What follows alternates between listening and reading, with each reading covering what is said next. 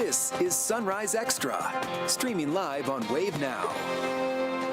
Hi, good morning to you on this Thursday. We had some rain move in overnight. Maybe you woke up to the sound of some thunder. Yeah, that lightning just lit up downtown Louisville this morning on my drive in. It's like I could see the buildings. Everything got so bright and clear because the lightning was just that strong and powerful. Yeah, I was actually on my way into work trying to make sure I got to work before the rain moved in. The perks of being a meteorologist is trying to time things out. Good timing, good timing. But yeah, we're keeping an eye on some more of that rainfall pushing through Wave Country. We're seeing that on our cameras in Carroll County now and into Bullitt County. The rain not as heavy, but still coming down in Grayson County and Adair County. You've been dry for most of the morning, certainly seeing the clouds overhead there, but yeah, you're going to add in some rain pretty soon.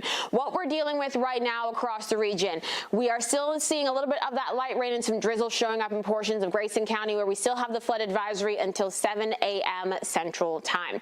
Some pretty heavy rainfall near E-Town right now, so that's going to slow things down for those of you traveling on the Bluegrass Parkway and the Western Kentucky Parkways in that area, so keep that in mind. Also watching some more of that heavy rain from Greensburg to Springfield to Bardstown. Yeah, anyone traveling on the Bluegrass Parkway through Nelson County, it is going to be a slow go over the next 20 to 30 minutes. Additional heavy rainfall from portions of Franklin County into Henry County and now into the metro, seeing some pockets of heavier rainfall now moving through. Thankfully, this is quickly pushing to the east, so that's going to help things out and minimize flooding concerns. Some lighter showers for those of you further to the north in southern Indiana. I'll talk a little bit more about our rainfall chances for the rest of the day in my full forecast. Rob? Tawana, keeping our eyes on the roads out there this morning. Some puddling and ponding. Obviously, that's slowing some things down, but luckily so far, no big incidents to tell you about. Of course, if you're on the interstate, give yourself a lot of extra space between you and the other drivers in front of you. We are keeping an eye on a one-car crash. This is I-265 north near Billtown Road, just past the exit ramp there. One-car accident. No word yet on injuries in that area. But again, if you're heading out on the roadways, just give yourself a lot of extra time. Keep your headlights on low and, of course, the windshield wipers all the way to wherever your destination may lead you. Over to you. Absolutely. Thank you, Rob. New this morning, LMPD is now investigating two separate shootings overnight. Police say a man was shot on West Oak Street near 15th Street around 1 a.m. Investigators say the victim will survive. Meanwhile, police are trying to figure out where exactly a second overnight shooting happened. LMPD responded to University Hospital after a man walked in with a gunshot wound. Police say that man is expected to survive. LMPD's non-fatal shooting unit is investigating, and there are no known suspects for either of these shootings. LMPD Chief Paul Humphrey hopes an investment into newer technology will help officers solve crimes like these. Chief Humphrey says the department hopes technology like flock cameras can make a difference. These read license plates and can track the movements of stolen cars or suspects. This February, we reported how Metro Council disclosed there are more than 140 of these cameras across the metro. LMPD and council members say they're working on adding more tools like a second helicopter and patrol drones. I think when you talk about the layering of technology in conjunction with the personnel and what they're doing, I think it all tends towards our ability to solve a lot of those crimes faster. Compared to this time last year, LMPD says shootings, homicides, and carjackings are down 31%. Even still, the city's on pace to continue that 5-year trend of seeing more than 100 homicides. Some council leaders are inviting neighbors to join them for a second discussion about community violence prevention. Tammy Hawkins and Ken Herndon will be at the meeting this Monday at 6 at Central High School. They say the main goal is to roll out tangible solutions to make the community safer. LMPD says it's trying to prevent a viral trend they say risks the lives of young people. It's called the Door Kick Challenge. We've reported on this happening in Louisville within the past few months. It involves kids going up to homes, and instead of ringing the doorbell and running away, kids are knocking, kicking, even damaging front doors. The latest reports show this challenge happening in the Douglas Hills Estates subdivision. One homeowner says it caused more than $1,000 in damage. Chief Paul Humphrey says this isn't just a harmless prank. That's just stupid. Don't kick a door in. Like that's not a game. You've crossed the line. We all do. We all play pranks. There are certain lines that you can't cross when you start to damage people's property, when you start to break into people's homes, and there can be instant consequences for that are tragic. And so that type of stupid stuff just needs to stop. If you've received damage to your property, you can file a police report or call 911. And this was just part of LMPD's crime update yesterday morning. There was a lot of information released, including new arrests and official recordings. We streamed that meeting live, and you can rewatch it all on wave3.com, our Facebook page, and all of our streaming platforms. A family is remembering a 12-year-old girl who was killed on Labor Day, and her mother is in the hospital right now. Police say 12-year-old Jada Smith was killed when a drunk driver hit the car she was traveling in on the Gene Snyder early Monday morning. Family members say her mother, Jasmine Simpson, is still in the hospital and fighting for her life. Simpson's two sisters say she was supposed to have surgery Wednesday, but that was canceled when Simpson started having heart problems. Jada was a ball of joy, dancing funny, the upper. She a good big sister. But Jasmine was on her way home from work. She on the way home, she picked up her other kids, and she was getting the rest of the kids something to eat. And next thing you know, her whole life shattered. Police have said Simpson is being cited for not having her children properly restrained, but they also say they believe it's the accused drunk driver who caused a deadly crash, and Ronaldo Gill is charged with murder, DUI, and assault. We're working to learn if charges will be filed after the death of a 5-year-old boy in Louisville. Police say it happened Tuesday around 3 p.m. off Conestoga Avenue near Algonquin Park. Police say a 5-year-old boy had traumatic injuries after a fall. He was taken to the hospital and died yesterday. His name has not yet been released. LMPD says the homicide unit is investigating. The first of 3 men convicted for his role in Crystal Rogers' disappearance and death is appealing his ruling and punishment. Newly shared court documents show us Steve Lawson is not only appealing his conviction, but he's asking a public defender to do so. Back in May, a jury found Lawson guilty of conspiracy to commit murder and tampering with physical evidence.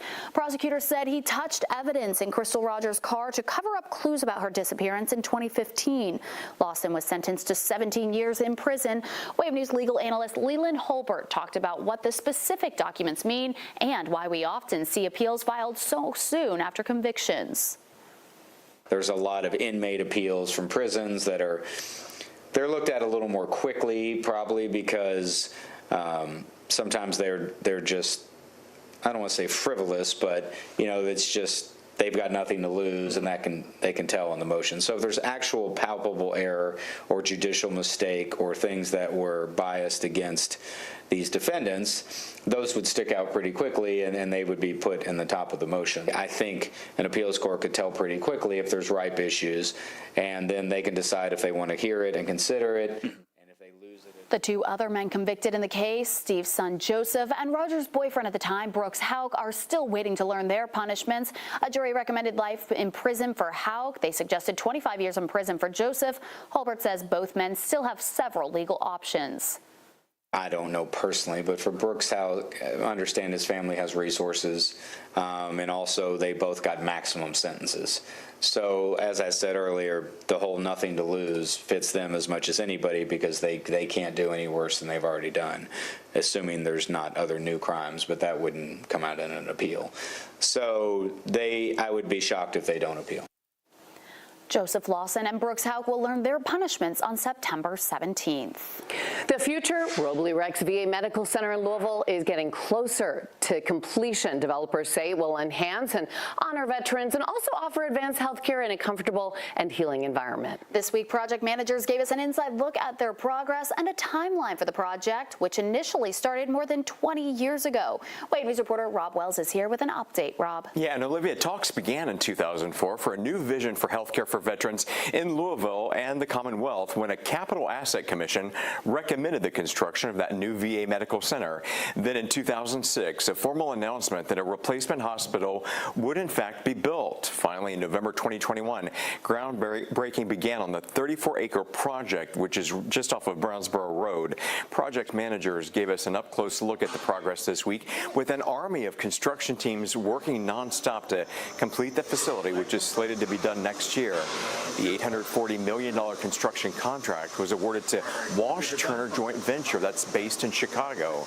The current construction contract includes a new 910,000 square foot medical center, parking structures, a 42,000 square foot central utility plant, roadways, sidewalks, and a lot of other site improvements. This will definitely allow the veterans, kind of like I said before, a one-stop shop, so to speak. We have 36 different clinics and healthcare specialties located within this, within the new Robley Rex facility. Community of care here in the facility is going to be fantastic in terms of coming and getting it all at once. And the new hospital will also include a women's health care clinic, and the number of parking spaces, no problem there. It's going to increase from 1,650 to 2,600. Now, while the building itself is going to be done early next year, it's still going to take another year to get all the equipment, staff, and laboratories up and running. Back over to you. Thank you. JCPS Superintendent Dr. Brian Yearwood is hosting the last of his community conversations tonight. We'll tell you where it is happening and when it starts ahead on Sunrise.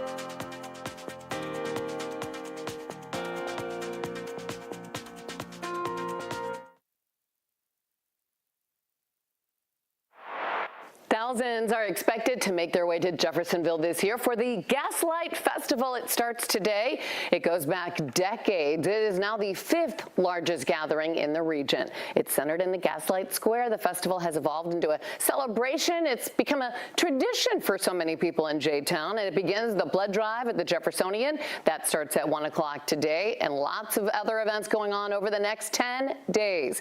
It includes bowling, a car show, 5K, parade, live entertainment, and over 200 arts and crafts booths. FEMA has hit a major milestone when it comes to helping Kentuckians. The agency has now distributed more than $100 million in assistance to those affected by severe weather this year.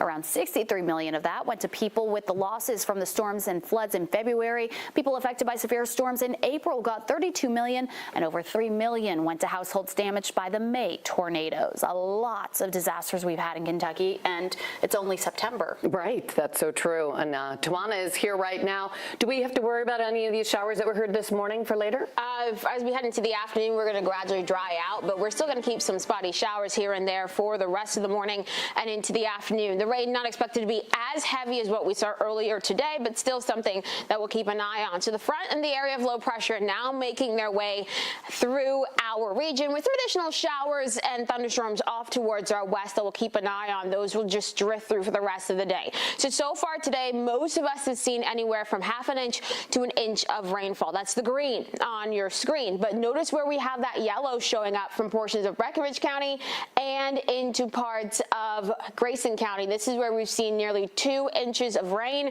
and that is why we had the flood advisory in place earlier this morning, and that's still in effect until 7 a.m. So for most of you in Grayson County, you're drier, save a couple of isolated downpours here and there near Litchfield, and for those of you further to the south. Some heavier rainfall showing up towards Hardinsburg with some pockets of heavy rain just sitting over Meade County right now. Additional heavy rainfall stretching from Mumfordville to Greensburg up towards Springfield and Bardstown. Anywhere further to the north from portions of Spencer County all the way into parts of Carroll County, you're getting some moderate to heavy rain.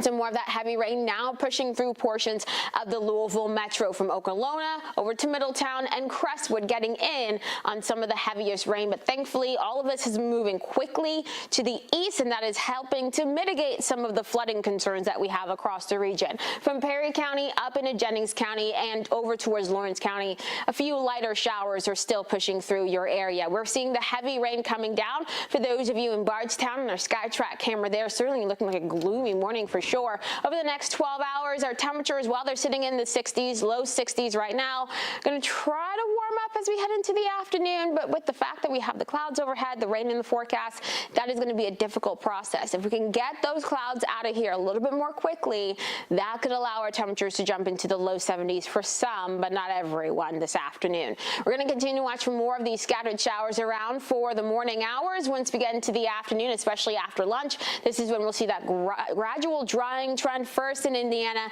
then in Kentucky. Through the afternoon, though, we'll have to watch and see how quickly those clouds move out and how quickly the cooler air moves in, because that will also influence how much we can warm up later on today. Once we get into this evening, the clouds really moving out of here, and that will allow our temperatures to fall down into the 50s overnight into early tomorrow morning. So we've already seen around, half an inch to 2 inches of rainfall in parts of our region. We could add on an additional quarter of an inch to an inch of rainfall with those showers that we're going to see for the rest of the day. Then we head into tomorrow. Quiet to start with plenty of sunshine. Tomorrow morning is going to be gorgeous with those 50s and some sunshine across the area. But once you get into the afternoon, this is when we'll add in some more of that warmth. Highs in the 80s. That warmth can help to trigger some scattered showers and thunderstorms out ahead of our main front. Now, yes, for tomorrow, you will see those scattered showers and storms for the afternoon and evening with so many outdoor events going on, from the Gaslight Festival to U of L's football game to Racing Louisville playing at home. We have so many events happening, so we will watch for those scattered showers and storms. But once we get into the overnight hours, that is when rain chances do look to go up across our region as we have that front moving our way. We'll start off pretty soggy, gloomy on your Saturday, and since the rainfall looks to linger into early Saturday afternoon, we're only talking about highs then in the upper 60s and the low 70s. Once we get into Saturday night, the clouds clear. That should allow us to enjoy some beautiful weather to end the weekend, with highs in the low to mid 70s on Sunday. It does look like we're going to continue to warm up as we get further through next week, with highs back into the mid to upper 80s as early as next Wednesday. Sounds good. Tawana, thank you. Today, JCPS Superintendent Dr. Brian Yearwood is hosting the last of his community conversations. The last public conversation scheduled will take place tonight at the Academy at Shawnee at 5:30 p.m. Yearwood says these public forums are designed to foster open dialogue and direct engagement between the district and the community it serves. Within the last few weeks, parents, bus drivers, even members of the public stopped by to ask Dr. Yearwood questions. Also tonight, Community Action of Southern Indiana is hosting a discussion focused on the future of social services. State Representatives Wendy Dant-Chesser and Ed Clear will be there and ready to answer questions about housing, homelessness, basic needs, food access, and the impact of recent funding changes. It's tonight at 5:30 at CASI's headquarters on 15th Street in Jeffersonville. A fall favorite festival returns to Southwest Louisville next month. The Southwest Community Festival is set for October 11th at Sun Valley Park. They'll have some craft vendors, food trucks, kids activities, a car show, and more. And teens and seniors will have their own areas too, with special activities.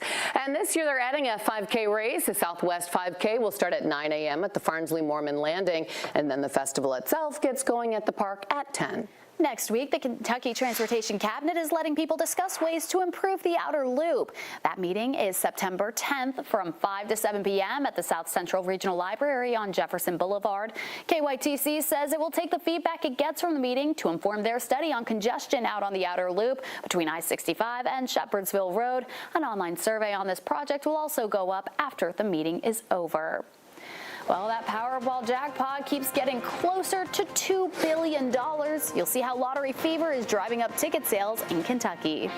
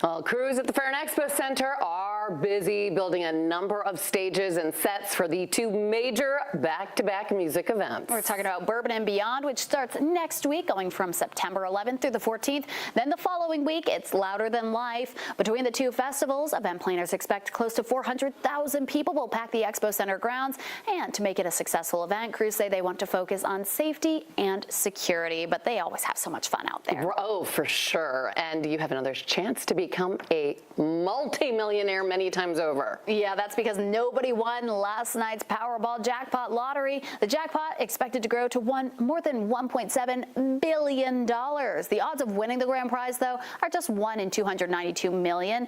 Powerball tickets cost just $2, so it might be worth the risk. And that next drawing will be Saturday night, with the prize expected to be the third largest in U.S. lottery history. The Kentucky Lottery says they're seeing sales of up to 7 times the normal amount for this jackpot. 50% of ticket sales help support educational scholarships, including opportunities for high schoolers to go to college. While no one has won the overall jackpot, September 1st, 10 tickets did win $1 million, including one sold in Kentucky. Now, if there is one winner for the next lottery, the take-home in a lump sum will be $770 million. Yeah, it's not quite that 1.7 billion, but still, I'll take that. Right, yeah, I'd be fine with that. Yeah. We'll be right back.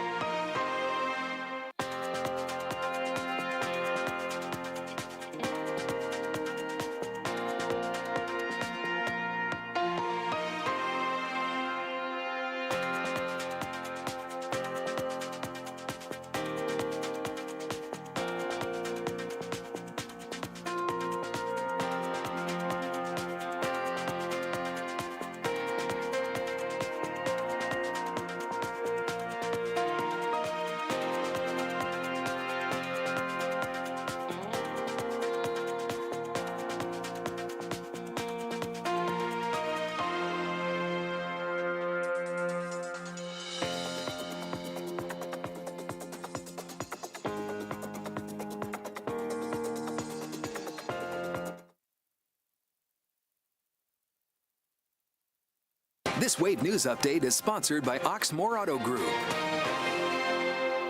Good morning. I'm Shannon Kogan. New this morning, LMPD is investigating 2 separate shootings from overnight. Police say a man was shot on West Oak Street near 15th Street around 1 a.m. Investigators say he will survive. Police have not made any arrests. And they're also investigating a second overnight shooting. LMPD responded to University Hospital after a man went there with a gunshot wound. They say the man is expected to survive. But if you know anything about either of these shootings, contact police. Let's go to Tawana right now. Maybe that rain and thunder woke you up. Yeah, it was loud and rowdy earlier this morning, but thankfully things have really tapered off. So we are certainly enjoying that. We still have, of course, a flood advisory for those of you in portions of Grayson County until 7 a.m. Central Time. So we'll watch for that. But at least you're drier within that advisory. So that's some good news. Some more pockets of heavy rain from Hart County all the way into Washington County and even into parts of Breckenridge and Meade County this morning. We're watching additional heavy downpours from Frankfort to Carrollton with some light to moderate rainfall falling right now in the Louisville metro. So the heaviest rain now moving out in the metro, which is certainly good since now is when a lot of people are out on the roads. Some scattered light to moderate showers showing up for those of you in southern Indiana. We're sitting in the low 60s right now. We're going to do our best to warm up, but for most of us, we're going to hover in those 60s throughout the day, gradually drying out once we get into later on this afternoon with the clouds clearing for the second half of the afternoon and into this evening. Your 10-day does show that we are going to watch for a little bit more of those showers and thunderstorms for the second half of your Friday into most of your Saturday. Rob? Yeah, and Tawana, slow going out there this morning. No major crashes to tell you about, but of course all the ponding and puddling with all the rain is making the commute a little bit longer this morning. Of course, keep the headlights on and the windshield wipers going, keeping our eye right here on Fern Valley Road with a crash.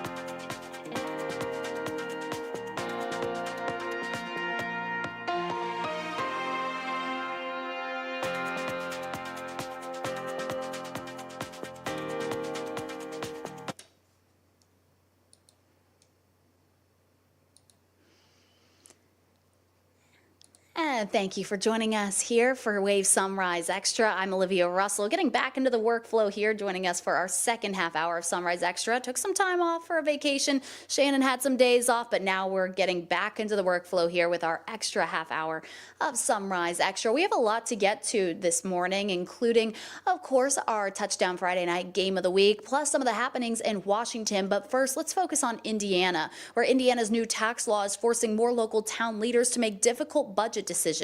Wave News reporter Julia Richardson talked to neighbors who say their communities are going to feel the impacts in big and small ways. Is that if things don't get better, if the legislature doesn't fix some of the problems with this legislation, then our residents may have to rethink what they expect out of their city government. Charlestown's Mayor, Treva Hodges, says this year's budget season was the hardest she's had to go through. Senate Enrolled Act 1 has led her and the rest of Charlestown city staff to make some tough choices. This translates to fewer festivals. This translates to the need for greater sponsorship. This translates to the need for more commitment from volunteers. And this translates to potential for having to charge more and reduce our parks hours. City leaders have made the conscious choice to not reduce resources for public safety and to not make any staff layoffs. All city staff, aside from elected officials, are receiving a 2% pay raise. The departments taking the hardest hits, parks and maintenance, with parks budget reduced $147,000 and maintenance reduced $71,000. Leaders say at big events like Community Days, Founders Week, and the town's Christmas celebration will have to take cuts without help from sponsors. We're a small town, but it makes it feel like home. And that's what we've stayed up here in Charlestown for. Susie and Wayne Bergen, who have lived in Charlestown for 40 years, say they understand the city's hands are tied, but seeing the cuts is still disappointing. They hope that if it does cause more harm than good, then lawmakers will try and revise it in the future. I just hate to see him take a budget cut on it, but if there's nothing we can do. And we're going to pay for it in the long run. So just hopefully, I know they can't do nothing right now, but hopefully in the next session, something can be changed.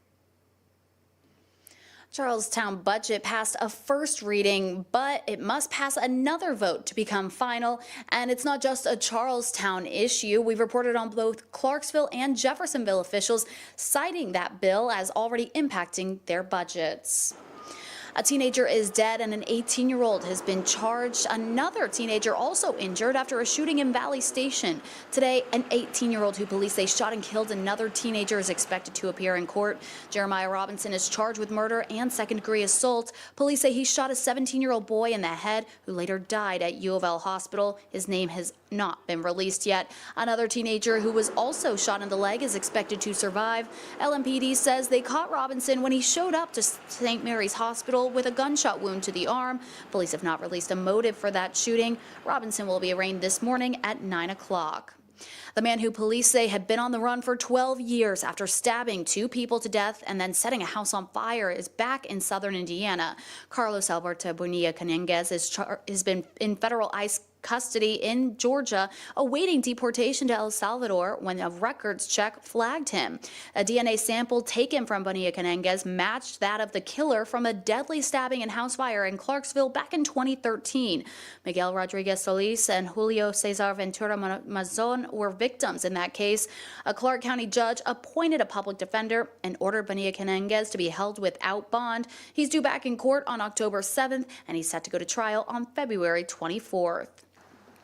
A popular Clifton neighborhood bar and restaurant is making quite a few changes as it rebrands. The crew behind Hilltop Tavern is closing up shop and pivoting to new opportunities. They're opening a new project called Dive Bar on Frankfort. It's not too far from their original location, which will be located at 2235 Frankfort Avenue in what used to be called The Hub. A lot of people familiar with that location. They're hoping that same Clifton spirit will travel down to the new spot. A new digital tool is helping people find their way on Jefferson Community and Technical College's campus, whether it's their vision impaired, they have special mobility needs, or they're learning English. JCTC became the first college in Kentucky to adopt Good Maps. It uses advanced computer vision and machine learning technology to provide real-time navigation around campus. Based on the user's needs, they can avoid stairs, save time, and, as the school puts it, make students feel confident because they know where to go. So Good Maps allows a student to get out of their car, key in where they're going, what room number, what faculty office, what administrative office they want to go to, and it's going to provide them step-by-step guidance for how to get there. The president of the college says now is the perfect time to roll out Good Maps because the college is expanding. Part of the $100 million Jefferson Rising project includes adding a parking garage with more than 500 spaces right next to school classrooms. The Parks and Recreations Department wants to hear what you want to see at Jefferson Memorial Forest. Right now, they're gathering input to come up with a new and improved master plan, which will guide how the forest is preserved, improved, and enjoyed for years to come. The plan has been divided into 3 phases: discovery, framework, and trailhead. It's currently in the discovery phase. Later phases will use the feedback to shape and draft recommendations, and finally, a long-term plan for Jefferson Memorial Forest. You can give input online or in person at the St. James Art Fair on October 3rd. Buffalo Trace Distillery is taking its award-winning bourbon on the road with a brand new traveling tasting experience. It's called Buffalo Trace Distillery on Tour. Each stop, they have one in St. Louis, Kansas City, Jacksonville, and Tampa, will offer 10 tasting experiences spread out over 4 days with staggered afternoon and evening time slots. Each session will feature a guided tasting lasting approximately an hour and a half and a lineup of popular brands, including Buffalo Trace Bourbon, Eagle Rare 10-year-old, Weller Antique 107, and the new Sazerac Rye 100 proof.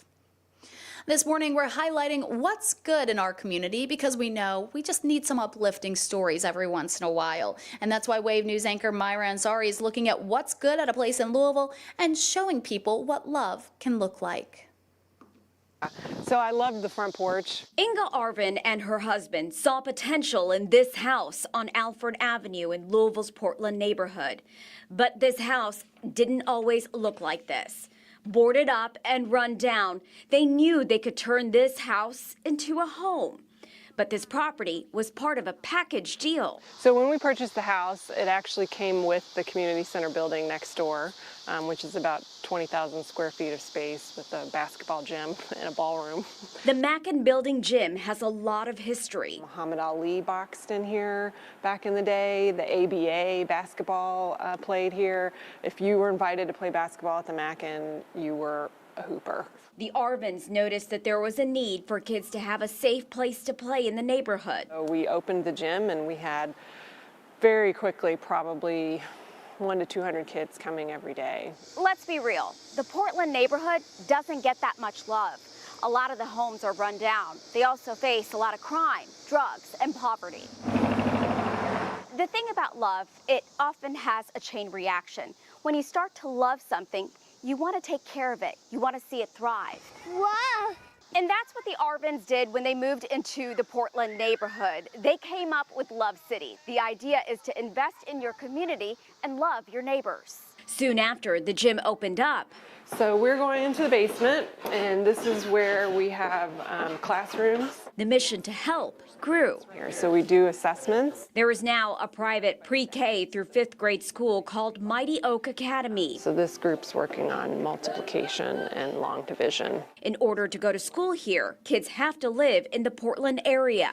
This is really cool. Did you transform a lot of the space into classrooms? Yep, so we built all these rooms. There are about 40 children who go to school here. Hi, guys. And across the street, this is our pollinator garden. Used to be a home that was a known drug house. Let me get this here. It's now a community garden called Love Grows Here Farm. We've got tomatoes you can see everywhere. We've got cabbage. Oh, our eggplants are looking good. Children at Mighty Oak get to use this space as an outdoor gardening classroom and eat what they're learning about. The vegetables are for the neighborhood as well. A lot of people say Portland is a food desert, but there's also ability to grow your own vegetables. And speaking of food, nearby is the St. Cecilia Church, which is home to Love City's restaurant called Porkland Barbecue. What kind of sauce? Red, barbecue, spicy? In a community where there aren't many dining options, it's a place where people can buy a hot meal. Actually, our a nonprofit who's here helping another nonprofit, and they said, hey, there's a great nonprofit down the road. There's also a thrift store called Merriment Thrift. Money that's earned from the thrift store and restaurant goes back into Love City's mission. Aren't they the cutest? Carolyn Goodman has lived in the Portland neighborhood her entire life. In all my life here, Portland has never had anything. Until Love City came along. Do you think I can make it right there? It brings Carolyn hope, seeing young children have a safe place to learn and play, a place where her neighbors can stay true to their roots of just loving their neighbors. We deserve change, and change for the better. It's a flower. I love the people of Portland. I love what's going on here in Portland. Love City has been around for about 10 years now, and they're in the works of building a daycare as well. If you'd like to support Love City and learn more about them, you can visit our website. We have plenty more information there. We're going to take a quick break. We'll be right back with more headlines from Washington in just 2 minutes.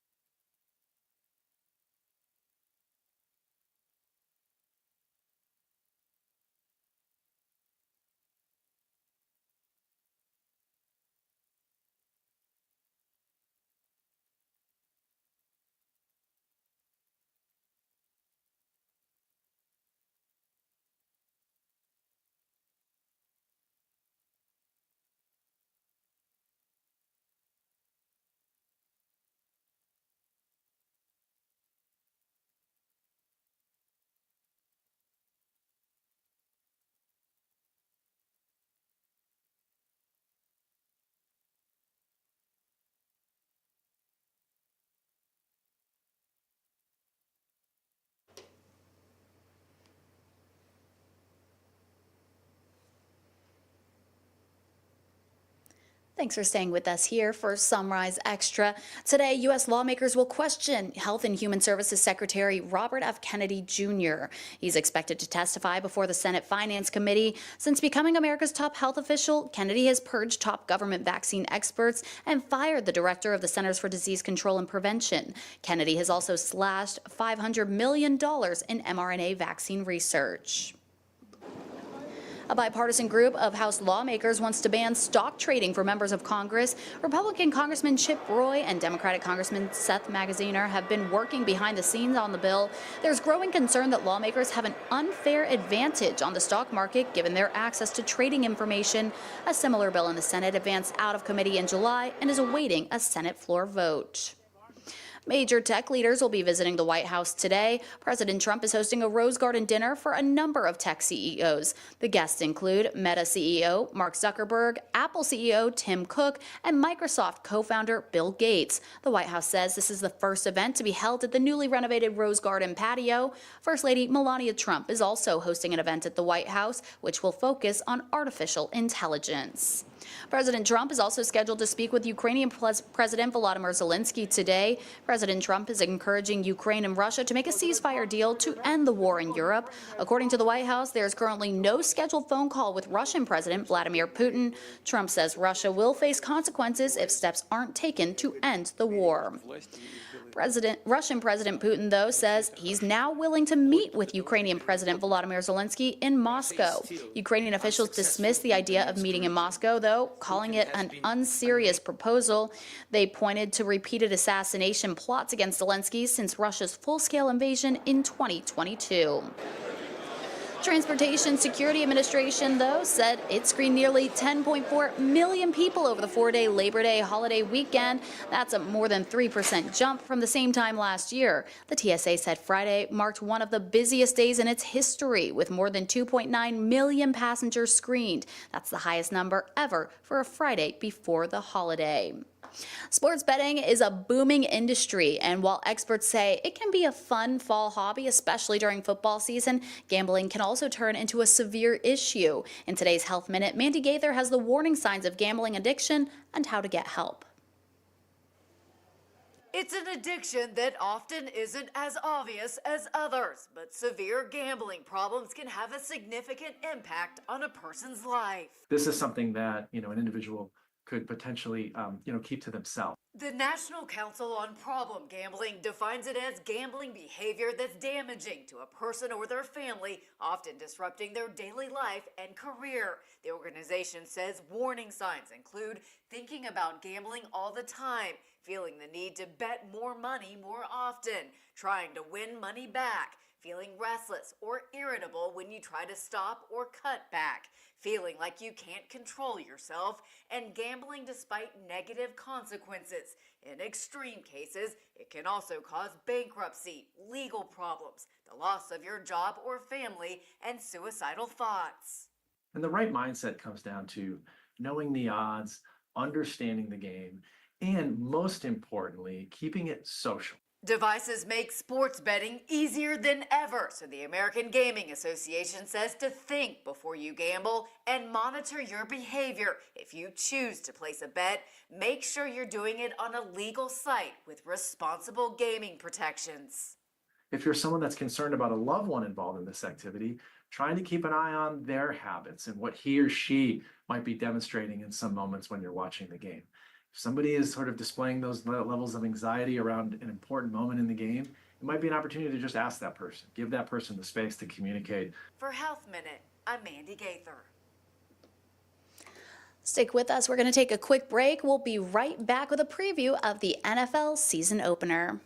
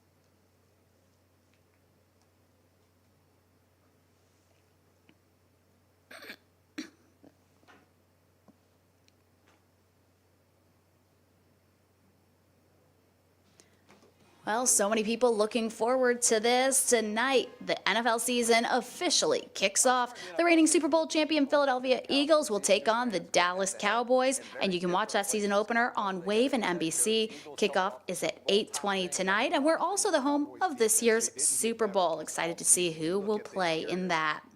In Northern Kentucky, there's a pop-up bar welcoming Cincinnati Bengals fans to the jungle. A firehouse was transformed into the Bengals-themed bar ahead of their season opener. They'll even have Bengals-themed cocktails because those Bengals fans just can't get enough there. The local Bats have a lot to celebrate going into the weekend. Team leaders say they'll be playing in front of sold-out crowds today and Saturday against the St. Paul Saints. The Bats say fans will want to get to the ballpark early. The theme is Thrifty Thursday with special discounts on food. Saturday will be a party in the park. There will be craft beers, cocktails, even a Cupcake Vineyard wine pours available, and they even have the fireworks show after the game.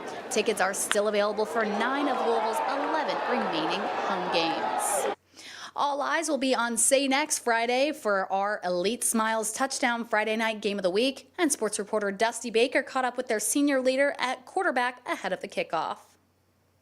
At this point, it's no secret that head coach Kevin Wallace of the St. X Tigers will be retiring at the end of this season and ending what will be a 40-year legendary career. And of course, he's trying to end on the very top. Well, to get there, he's trusting his main man at quarterback, second-year starter and senior, Mason Trimble. He just has a growing confidence in his abilities. He has experience, so he has an idea of things that are going to happen in the game. Coach Wallace, Coach Hauk, helped me develop my mental side. Trimble is already demonstrating just how far he's come along from his hard work in the offseason, helping lead the Tigers to an early 2-0 start in his final season, and of course, the final year of head coach Kevin Wallace. I mean, he's a great coach. He's had amazing quarterbacks past couple of years, so I'm just trying to be the best I can and then hopefully, go out the bang. I think he's got a better grasp of coverage and what we're trying to do against it. Trimble says the quarterback he models himself after isn't the flashiest, but is one who's gritty, tough, and is a fighter. Baker Mayfield, that kind of moxie he has, that kind of energy, I like to take away from that. He always has that energy that I'm going to get this extra yard, I'm going to fight for my team, and I kind of want to get that. And while the season is still young, Trimble's eyes are very much set on the biggest goal of all, sending Wallace and his senior classmates out on top with a state championship. And this group of seniors, we want it bad. We're hungry. Trimble and the Tigers certainly will have their hands full this upcoming week for our Touchdown Friday Night Game of the Week when they host the Male Bulldogs right here at Brother Thomas More Stadium. Reporting at St. X High School, Dusty Baker, Wave Sports. That game is one of 13 games we'll bring you on Touchdown Friday night. That starts after Wave News at 11 on Friday night. Well, that's all the time we have here for Wave Sunrise Extra. Hope you all have a great Thursday. Tomorrow is Friday. We'll see you back here then.